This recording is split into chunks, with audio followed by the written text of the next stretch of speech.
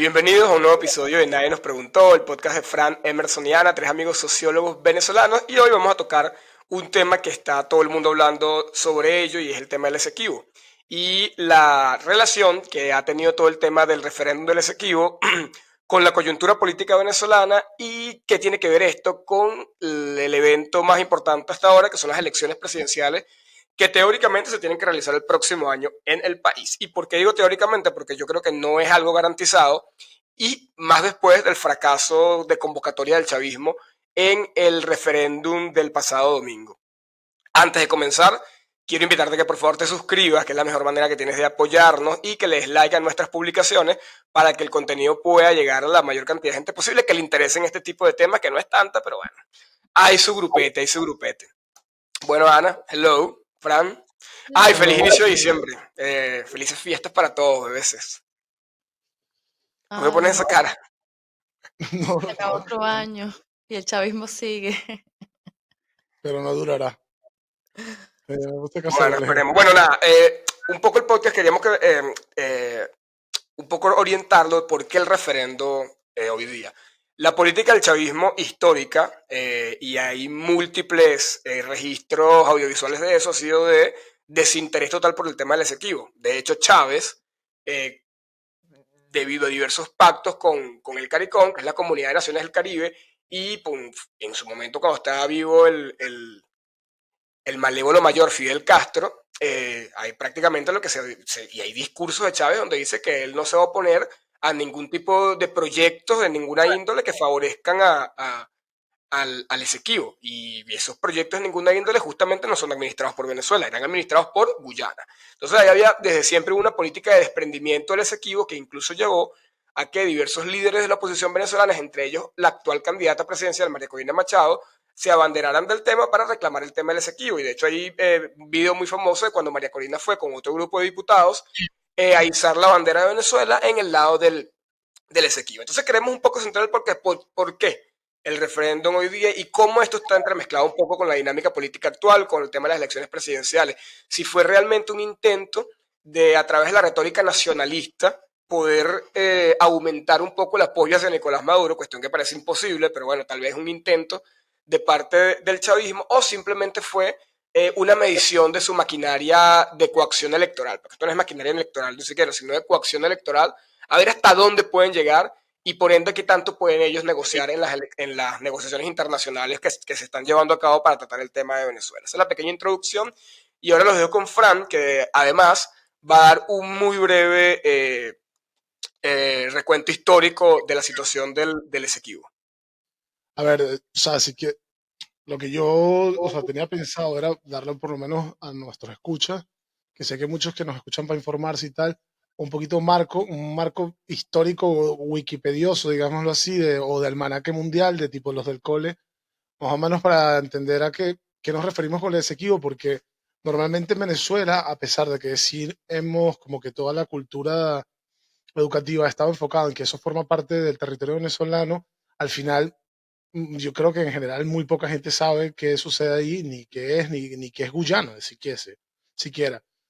Nada, como que el tema se remonta. ¿Qué pasó? Ay, ni siquiera. Ni siquiera, sí, está mal, sí, ni siquiera. No, ni me di cuenta. Oye, tengo todo el día trabajando, ¿eh? Bueno, nada, como que el tema es, bueno, invade España, o sea, la colonización española y tal. Y obviamente ahí en cierto punto llegan los holandeses a esa parte, bueno, como también llegan los franceses, pero llega sobre todo esa parte que hoy en día se llama Guyana, llegan los holandeses y en el mismo momento en que se forma la Capitanía General de Venezuela, pues ahí también están los holandeses en ese momento también colonizando esa parte del mundo. Llegado a cierto punto, eh, los holandeses, los ingleses llegan allí también y los holandeses llegan como un pacto y eso termina perteneciendo a los ingleses, así, en términos muy rápidos. En el siglo XX, después de que esta gente ha estado ahí durante todo este tiempo, ya empieza, o sea, en el siglo XIX empieza un conflicto entre los ingleses y lo que ya es la Venezuela contemporánea, o sea, bueno, medio contemporánea, de quién es eso. Pero siempre se han reclamado parte y parte. Hubo un laudio de París en 1889 o algo así, donde supuestamente se trazó una línea allí de qué le pertenecía a los ingleses y qué le pertenecía a Venezuela. Sin embargo, luego esa línea, en otro acuerdo, que es el que Venezuela quiere que se ponga en pie, que se llama el Acuerdo de Ginebra de 1966, se divide en otras líneas. ¿Qué es lo que pasa? ¿Cuál es el problema? Que la independencia de Guyana es 3 meses después de este acuerdo. Entonces, el gobierno, que luego es el gobierno republicano de Guyana, en teoría no reconoce este acuerdo. ¿Por qué Chávez, entre comillas, se desprendió mucho tiempo de este tema? Porque se llama el Partido Popular Progresista de Guyana, es un partido de izquierda de origen marxista-leninista. Entonces, en su momento, yo me imagino que Chávez intentó ganar apoyos y por eso se desprendió de esto. Estos tipos tuvieron un montón de movidas. Este partido ha gobernado durante toda la historia Marico, contemporánea. pero no fue que, espérate, que te digo algo, que no fue como que, bueno, en teoría, no. En ese No, lo momento cuando hizo. se empezaban a denunciar la destrucción institucional de Venezuela y que se empezaron a discutir esto en foros internacionales, Chávez entregó todo a cambio del Ujú. voto de todas esas islas de la Todos comunidad del los podían Caribe apoyar. que tienen que sí, 3 habitantes y tienen el mismo voto que Argentina o Brasil, una cosa que a mí me parece realmente absurda, pero bueno, nada, eso, o sea, como que no fue, eso fue algo totalmente adrede, que Chávez entregó todo a cambio de apoyo en foros políticos, de que brindaran y dijeran a la salud de su comandante. Exacto. Algo No, y entonces, es como que este partido gobernó tanto tiempo que inclusive gobernó, que si el tipo que lo fundó y que fue como el jefe del partido, luego su mujer, y luego hasta hace un tiempo, en 2015, fue que por primera vez en la historia de Guyana llegó un partido como de derecha. Y luego ya otra vez vuelve a gobernar ese partido. Entonces Chávez, obviamente, en ese momento tenía como hizo eso que estamos diciendo. Pero entonces hay un punto clave que fue hace pocos años, varias cosas. Uno, que es el objetivo, al igual que Venezuela, y estos son un país que han sido empobrecidos y son países en clave y extractivistas, siempre han vivido de materias primas. Y luego que se descubrió que enfrente de Guyana, que eso también lo reclama Venezuela en el mar, hay una explotación, unos yacimientos petroleros de la hostia, o sea, increíble, que lo está explotando ya hace como 20 años Exxon. Inclusive Guyana ha sido el país de América Latina que más rápido ha crecido durante estos años. Ha tenido un crecimiento del PIB brutal porque es un país completamente empobrecido que la gente fundamentalmente vivía en Georgetown. Entonces, este es más o menos el panorama de lo que, por qué ahora, obviamente por una política interna de Nicolás Maduro, pero también porque le interesa en alguna medida, se están haciendo estos movimientos. Una cosa interesante de este país también es que aparte de que habla inglesa, el 80% de la población vive en la zona costera y todo lo demás es selva y viven muchísimos pueblos indígenas. Pueblos indígenas que consumen y van a comprar mercancías y consumen cosas tanto para Venezuela como para Guyana. Entonces es materialmente selva. Y para cerrar esto, que a ver qué más vi por ahí interesante. Ah, vi que, por ejemplo, ellos, o sea, es como una sexta parte de lo que ellos, de su país, es lo que se está reclamando, pero la densidad poblacional es que si solamente viven 100.000 en 250, en 128.000 metros cuadrados, o sea, que no vive nadie, o sea, que es una selva completamente.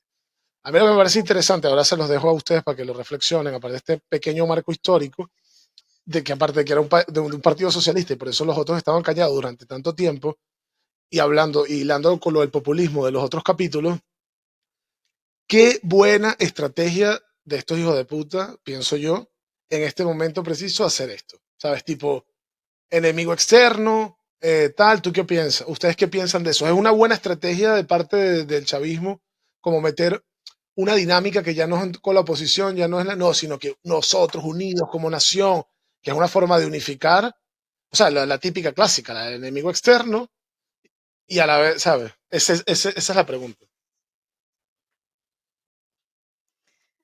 Bueno, ve qué resumen tan salvaje, te voy a decir. Pero bueno, lo que quería comentar, a mí también hace poco que escuché esto, lo del Esequibo, o sea, como vamos a hacer un referéndum, a preguntar a la gente si de verdad cree que el Esequibo es nuestro. Y luego también vi la noticia de Cancerbero y yo decía, pero esta gente, ¿por qué está desenterrando cosas que ellos mismos enterraron? O sea, que no enterró más nadie que ellos, porque yo desde que tengo uso de razón, yo no sé nada de geografía, pero yo le hacía las rayas, yo sé dónde está perfectamente el Esequibo. y le hacía sus rayitas y su huevona. Pero el chavismo se desentendió en ese sentido de, o sea, de ese territorio, al parecer, ¿no? Por todas las alocuciones y porque le convenía en su interés de formar un gran bloque de izquierda en contra de el imperio. Eh, también comenté lo de Cancerbero porque es otro hito que están tratando de abrir, de desenterrar, como buscando capaz en la juventud eh, algunos votos también será, no sé si votos o levantar. Yo creo que están desenterrando muertos, pues se le acabaron las ideas, pero yo no creo que no me parece para nada que estén levantando pasiones ni un tema nacionalista ni patriótico y pues se vio en la participación, bueno, se vio en la participación cualitativa porque cuantitativamente Amoroso, el del CNE, dice que hubo 10 millones de votos, de votantes, que ni el chavismo en su mejor momento tuvo 10 millones, pero bueno, ellos lo tuvieron, aunque la realidad es que los centros, por todas las personas que publicaron fotos y se pudo ver en redes sociales, no había nadie, o sea que es bastante improbable. Yo no creo que haya sido una buena estrategia, pero sí creo que les sirve para medir cuál es la respuesta de la gente frente a alguna propuesta del gobierno, seguir, no sé si ya lo comentó Emerson, pero bueno, seguir como socavando la legitimidad del CNE, porque si el rector sale diciendo que hubo 10 millones de votantes, cuando todo el mundo se dio cuenta que, o sea, si nosotros vimos que en estos días en estos días, cuando estuvo la consulta de las primarias, los lugares estaban abarrotados, era una locura. Claro que obviamente hubo más centros ahorita con el CNE, etcétera. Pero, o sea, se ve, o sea, cuando tienes esa cantidad de votos se nota, y esta vez no se notó, pues. Sí, bueno, justamente yo estaba pensando en eso, que cuando Capriles y Maduro se midieron, o Capriles y Chávez, no estoy claro exactamente la cantidad de votos, pero bueno, no sé. Maduro tuvo algo así como 7 millones y pico y Capriles casi 7, o sea, no estoy seguro. Pero no recuerdo con exactitud, pero bueno, entre 13 y 14 millones de votos, vamos a poner esa cifra. Y uno veía las colas. O sea, todo el día. Nosotros, bueno, nosotros estuvimos ahí y era cola hasta altas horas, hasta entrada a la tarde, desde la mañana, o sea, no veía actividad, no veía movimiento electoral. Lo del domingo era literalmente la soledad completa de los centros electorales, que incluso, bueno, además del reportaje y de la documentación de los medios independientes, que yo siempre digo que cuando pasemos esta etapa de la dictadura, de verdad que los medios independientes digitales hay que darles todos los premios que se les pueda dar y todo el honor que se les pueda dar, porque en realidad se arriesgan por mostrar un poco lo que el gobierno intenta ocultar, ¿no? Y lo que mostraban eran centros vacíos, entrevistas con miembros de mesa que te decían la participación real, etcétera, y que incluso la transmisión de Venezolana de Televisión, que es el canal de propaganda de la dictadura, eh, no podía hacer transmisiones en vivo, pues es que no había. Y dato curioso, de los pocos centros donde se registraron colas en Caracas, según varios reportajes de estos medios independientes, fue en Chacao. Fue el centro que está cerca de la Plaza de Bolívar de Chacao. Y recordemos que el alcalde de Chacao y el alcalde de Baruta, que fueron elegidos en teoría como representantes del sector político de la oposición, bueno, estuvieron hasta haciendo panfleteos con Delcy Rodríguez, que es la vicepresidenta de Maduro. O sea, en este reacomodo de diversos líderes venezolanos. Y a mí me parece que yo creo que es una buena estrategia si tú la aplicas en cualquier país del mundo que funcione con cierta normalidad. Pero yo creo que aquí lo que decía Ana es fundamental. El país está tan devastado y creo que incluso lo dijimos en uno de los episodios anteriores, que decíamos como que a la gente no le interesa en lo más mínimo en este momento el Esequibo en su día a día. O sea, sabemos que la gente en su mayoría obviamente apoya el reclamo y todo esto, pero la gente no está pendiente de eso. La gente está pendiente es de su nevera. La gente está pendiente es de llegar a la quincena. La gente está pendiente es de conseguir los mínimos recursos necesarios para sobrevivir en el país. Y por supuesto que existe un rechazo abrupto hacia Maduro porque es el responsable principal de toda la crisis. Entonces, por mucho que tú hagas, o sea, el nacionalismo no te mata la economía. Esa es la realidad. Y eso lo vimos en el caso venezolano, en este momento, si, es lo que te digo, si fuera una economía tipo normal, ok, pero es que estamos hablando de una economía devastada a niveles de guerra. O sea, cuando tú analizas los datos venezolanos, es como si fuera una economía de posguerra o de guerra. Entonces no hay nacionalismo que pueda hacer eso, y menos cuando la gente en realidad, porque hay suficientes elementos para poder afirmar esto, hay cierta conciencia de que el chavismo nunca ha tenido un interés real por esto, ¿no? Sino que lo están utilizando precisamente como una parte de una estrategia electoral o política para intentar aumentar un poco el apoyo hacia Maduro con mira hacia 2024, porque yo creo que aquí ellos están jugando en todos los escenarios. Ellos están jugando en el escenario de ir a una elección medianamente competitiva. Entonces, ¿qué quiere decir eso? ¿Hasta cuándo puedo mantener los centros electorales abiertos? ¿Cuántos votos fantasmas puedo meter? ¿Cuál es el nivel o cuál es el nivel del alcance de la coacción electoral que puedo dar? Y bueno, y ahí yo creo que el domingo habrán tenido sus respuestas, y yo creo que las conclusiones que ellos saquen de sus propias respuestas las veremos en los próximos meses en las decisiones que tomen con respecto a las negociaciones internacionales. A ver, yo considero, entre comillas, o sea, siempre pienso, muchas veces así viendo hacia atrás, que muchas veces el chavismo fue por una estrategia sencilla, que aunque o sea, siempre pensando que la primera opción de lo que se te ocurre es lo que es la ley esta, ¿sabes? Tipo esta ley que siempre lo más sencillo, lo más evidente es lo que es. Y muchas veces siento que ellos han perseguido estrategias sencillas y les da resultados porque todo el mundo anda pensando que ellos andan pensando en una cosa más compleja y no es verdad. A mí me parece que se les habrá ocurrido en su manual marxista, leninista, maoísta de Maduro, de su formación cubana y tal, dijo, mira, vamos a lanzarnos esta porque es como un cambio de seña y obviamente o sea, lo que es seguro es que es para ver cómo está su maquinaria. O sea, para ver cómo están los centros electorales, para ver cómo se pueden movilizar, para ver tal, que no me recuerdo, Emerson, cuál fue la última elección así intensa que asumió el chavismo así, la última que haya sometido sus fuerzas a presión, pero, pero me imagino que es eso. Y sobre el tema a nivel La Asamblea internacional, Nacional, creo yo, cuando perdieron la Asamblea, de ahí para acá, más nunca hubo una elección no hubo más elecciones con así, bueno, entonces competencia real. No. están oxidados de ser una maquinaria electoral como han sido siempre, de sus triquiñuelas y tal, acostumbrados a su mierda. Creo que es una forma de ponerlo a prueba. Y también sí creo que, a ver, no lo sé. No lo sé porque yo no vivo las calles de Caracas y Venezuela y no estoy ahí como para respirar qué es lo que se respira ahí. Pero también creo que es un atrapatonto, ¿sabes? Un atrapatontos que puede arrastrarle algo, que puede tal, ¿sabes? Un instituto nacional. Porque, por ejemplo, si me guío por Instagram, que no, no debería, ni por Twitter, ni las cosas que no son. O sea, yo he visto gente ahí súper apasionada con el tema, que eso no quiere, o sea, yo no voy a poner en telejuicio si es legítimo o no, lo del Esequibo, que eso está bien. Pero tipo, no importa qué, somos venezolanos y es nuestro interés. Precisamente lo que vamos a caer.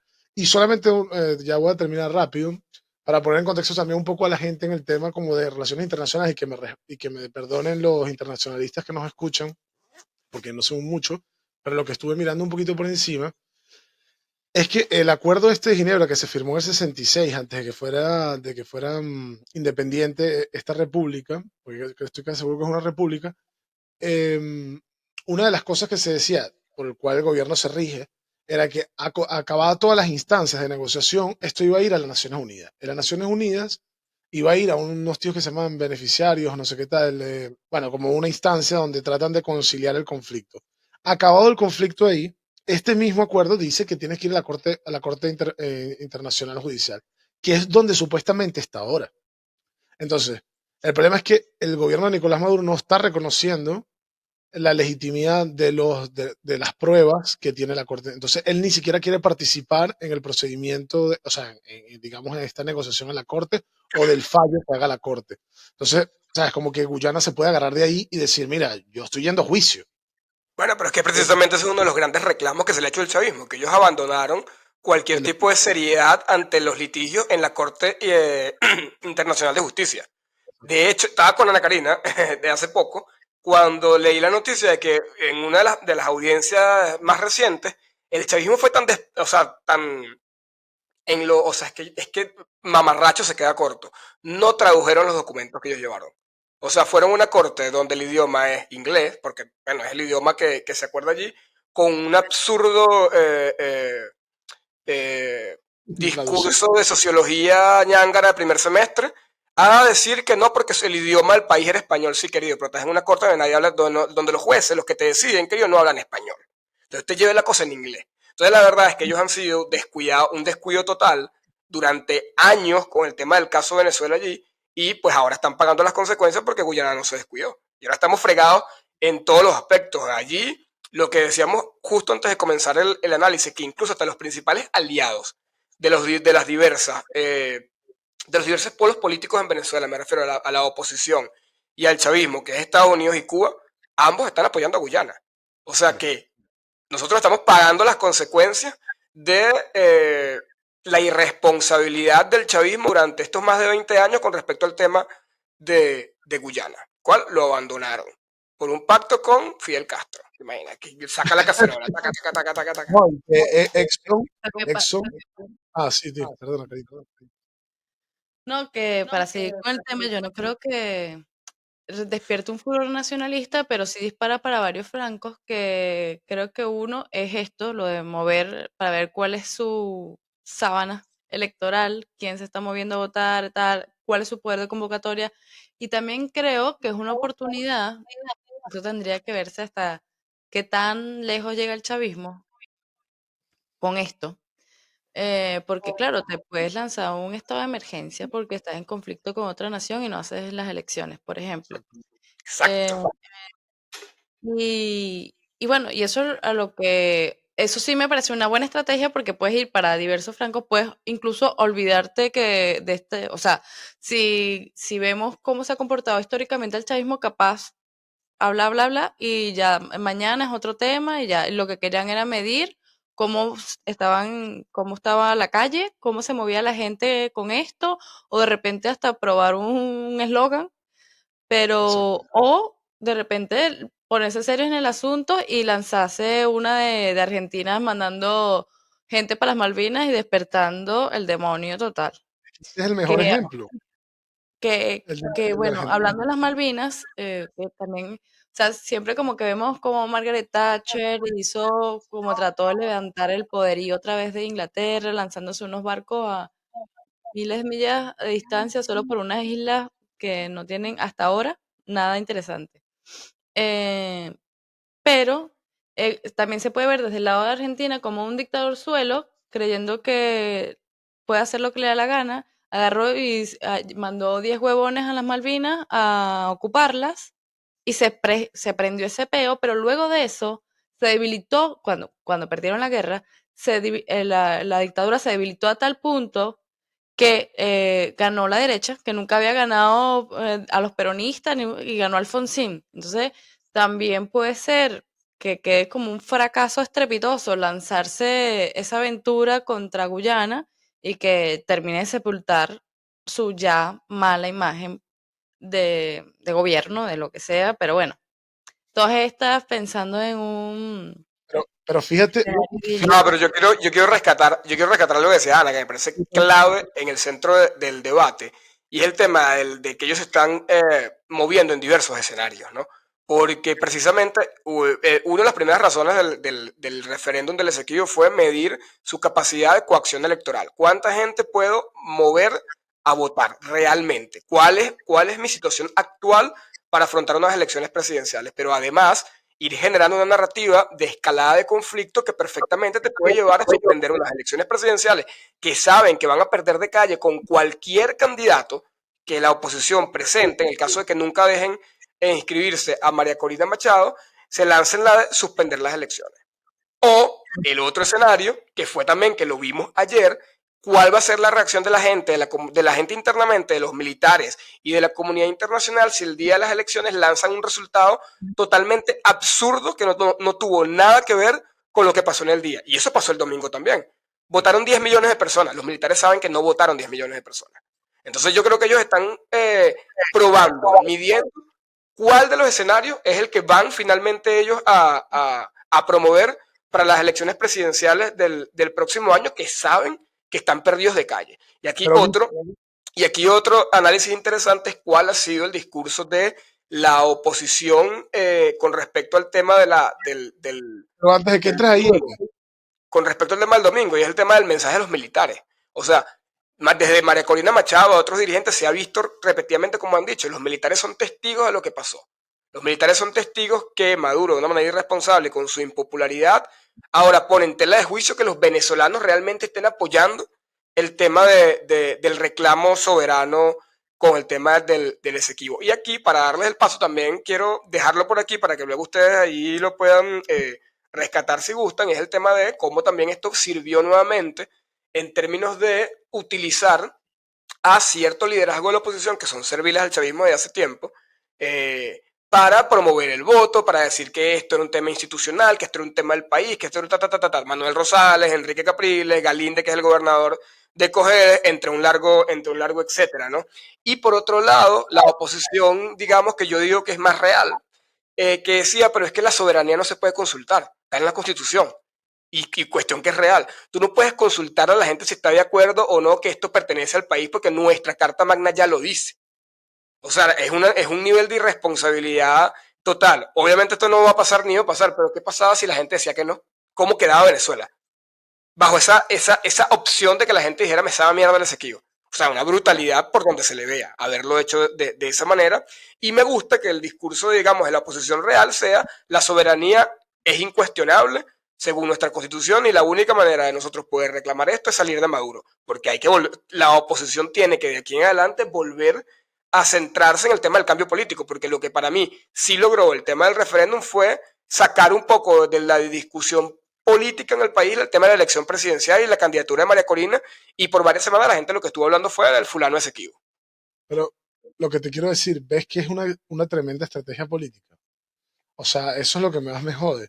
Porque mira, Pero lo que dijo no, Karina, no para pero levantar el espera, valor espera, por el nacionalismo. pero espérate, lo que dijo Karina, a ver, que tenga el efecto deseado de millones de personas vitoreando el nacionalismo, ok, puede fallar ahí, pero me acabas de decir que tiene la opción de una forma de tener una narrativa, entre comillas, legítima internacional de que está en conflicto en un sitio y no se van a hacer elecciones. Puede monitorear su maquinaria, puede ver cuánta gente reacciona o no. Le quitó la discusión nacional al María Corina, bueno, a la oposición, mejor dicho. O sea, en ese sentido, es una cosa que se pensaron para poder meterse en diversos francos, o sea, en diferentes frentes, y les está saliendo, entre comillas, no voy a decir que bien, pero se nota que mira todas las opciones que les da. O sea, les da opciones. Y ese es el tema, o sea, el tema es que, mira, y, o sea, y también de enemigo externo, de tratar de unificar para adentro, bla, bla, bla. O sea, eso es lo que me refiero. O sea, que hay que reconocer que en Pero ese bueno, sentido, también está lo que decía Ana, no sé, lo que tú decías, ¿no? El tema de que cómo le pasó, o sea, cómo se le devolvió eso a la dictadura argentina. O sea, tú elevas una expectativa tan grande hacia tu base ya disminuida y hacia los militares, y después ves que en realidad esto es una farsa, que esto no va a servir para absolutamente nada, que te estás encaminando a hacer de nuevo un fraude electoral. Eso puede, que también lo dijimos creo que fue en el episodio de análisis de las primarias, ¿no? Que en realidad todo esto pudiera llevarnos a un escenario desconocido, porque uno, el chavismo nunca se ha robado una elección presidencial en términos de perder 80-20 y decir la noche electoral que los resultados fueron una cuestión completamente distinta. Dos, nunca han suspendido una elección presidencial. O sea, no habían tenido necesidad, hubo una que fue muy competitiva, en otras no hubo competencia, pero nunca han suspendido una elección presidencial. Y tres, bueno, eso, o sea, como que se están moviendo en eso y eso nosotros nunca lo hemos conocido, o sea, nosotros nunca hemos explorado ese resultado y ese resultado que puede generar no lo sabemos. Pero si existiera algún tipo de resistencia en la Fuerza Armada, pues pudiera ser un marco en el cual la resistencia que pudiera existir allí, que yo no sé si existe ni siquiera, esto es habladera de paja, pudiera utilizarlo para una manera legítima de decir, no, mira, ya esto tiene que parar. eso que mira, vamos a ver, o sea, esto es un tema que tenemos demasiados años discutiendo, ya que estamos aquí chepacandeleando con temas, o sea, una pregunta. Eh, Tú me acabas de decir, que yo no lo he mirado estos días muy bien, que se dice, no, es que los militares fueron testigos de, no sé qué, ¿qué militares? El militar institucional, que es el mito de los últimos 20 años de chavismo. No lo sé, es que eso es una pregunta que yo no entiendo. Entonces, ¿existe realmente eso? Yo espero que quienes diseñan el discurso de las personas que se están oponiendo al chavismo y dicen eso es porque lo saben de verdad. Porque si no lo saben, mamá mía. Mamma mía. Pabligi. Nos vamos a chingar esos mamagüevos, ¿te imaginas? No, ¿qué coño? Usted, varias cosas. Lo de la oposición, yo estaba leyendo como titulares de Se cae la casa. Estaba leyendo los titulares de algunos periódicos con esto, pero online. Y había uno, creo que era El Comercio, decía, el referéndum unió a la oposición y el chavismo. Ajá, yo lo vi.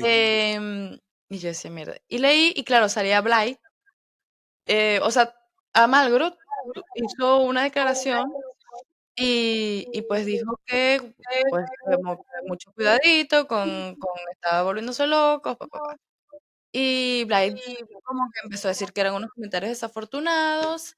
Luego salió el Jorge Rodríguez que tiene más, no sé, más cara que espalda. También bueno, así que era un perrito del imperio, ta, ta, ta.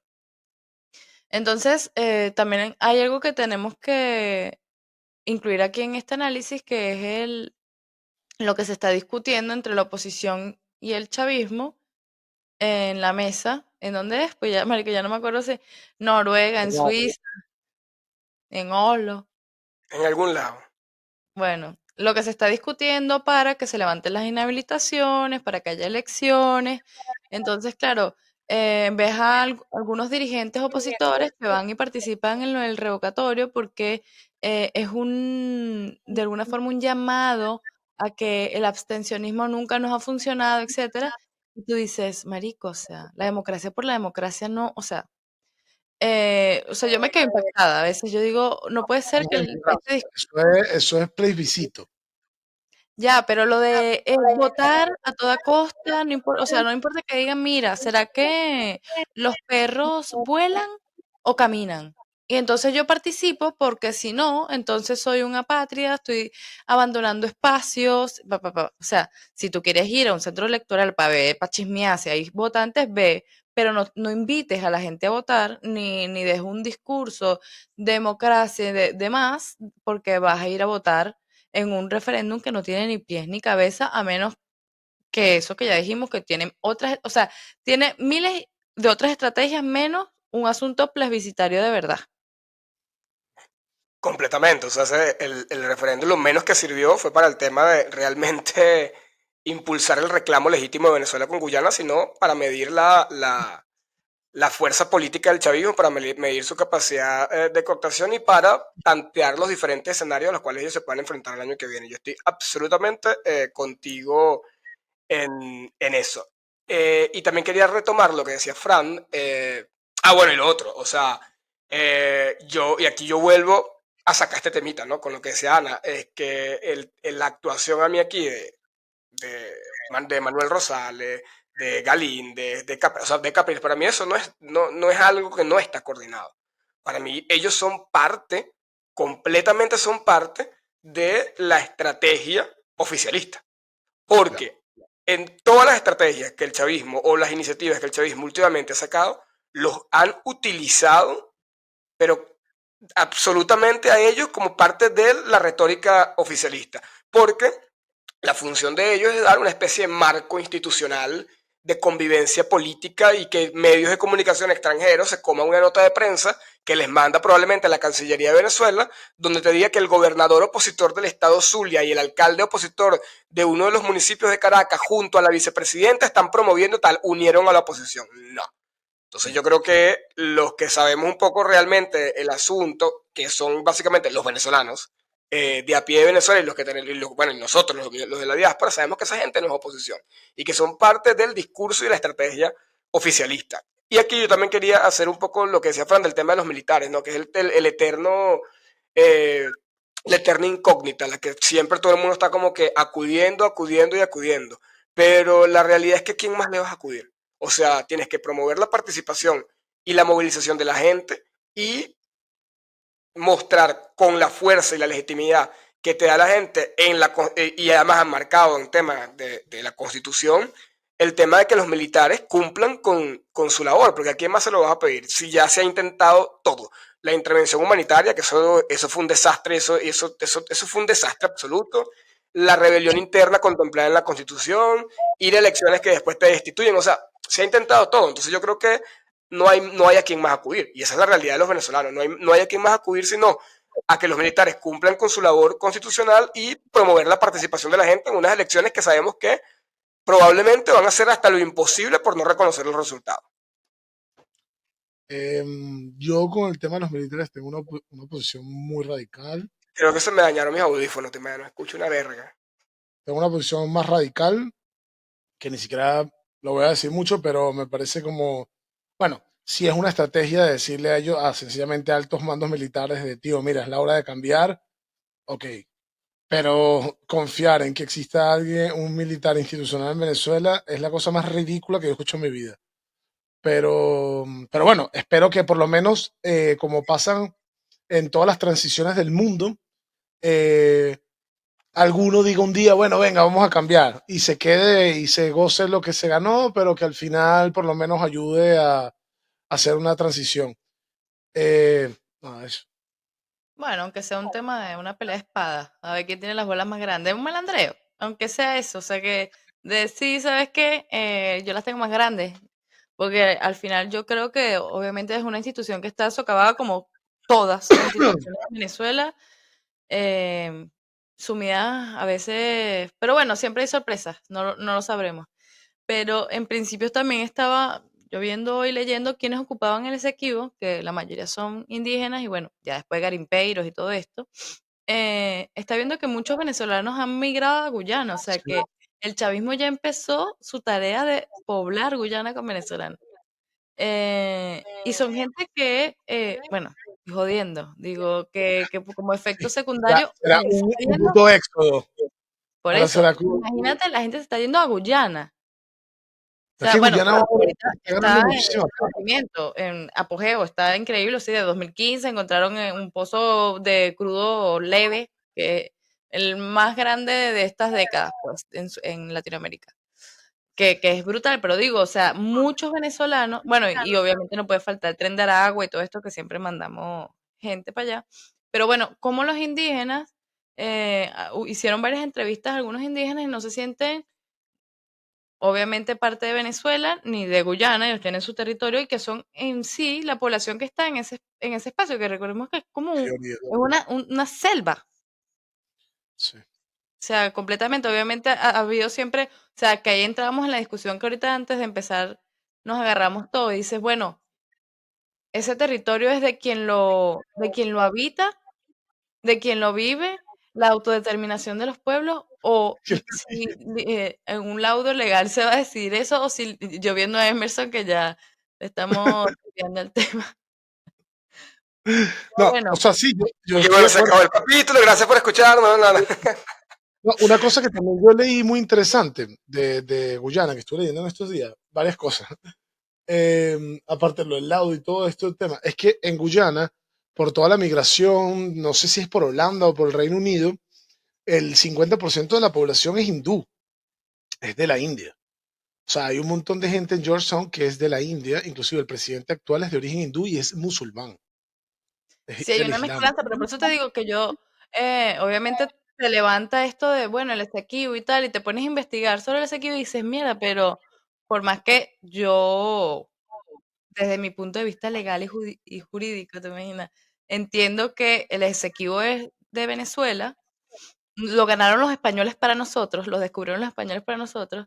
eh, o sea, tú ves y dices, pero en verdad esto es de los indios, hacen los indios, esto no ni de allá ni de acá. Y lo que están haciendo los guyaneses es destruir una de las reservas más increíbles del mundo, como lo Claro. estamos haciendo nosotros en el arco minero, pero ellos de una manera voraz. No tengo los datos ahorita, pero lo estaba leyendo. Y yo creo que, ante todo, yo creo que lo más importante, aunque suene muy come flor, yo creo que es proteger estos espacios, Sí, porque los como un indígenas pulmón están, natural del mundo. Es que, verga, diste en el clavo, de verdad que te No, felicito. O sea, lo del estoy bien extractivismo a lo mí que me acabas parece o sea, que los pobres habitantes, digamos, los pueblos originarios, son los que están más jodidos, porque por un lado tienes a el gobierno de Guyana que, bueno, está lo que tú decías, destruyendo todo a cambio de extraer y extraer y extraer petróleo, pero tú te imaginas que se lo llega a tomar el chavismo, gana, que tú lo decías incluso antes de que empezáramos a tal,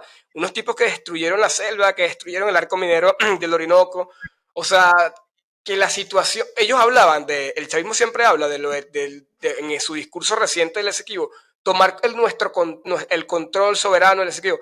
Hijo, usted no puede ni siquiera tomar el control soberano del territorio venezolano, que está ocupado por un montón de bandas paramilitares colombianos, bandas de células terroristas, un montón de gente que controla parcelas, controla tierra, tiene minas, y que los militares venezolanos son incapaces, Pero siquiera, es que, de poderlo sacar o de poder controlar ese territorio específico. Entonces, ¿qué venía usted, señor, hasta hablando de controlar algo más grande? Por eso es lo que yo te decía, que por mucho que pudiera ser una buena estrategia, no sé qué, quien vive día a día la situación de Venezuela, sabe que esto es una retórica nacionalista y que estos tipos son incapaces absolutamente de todo.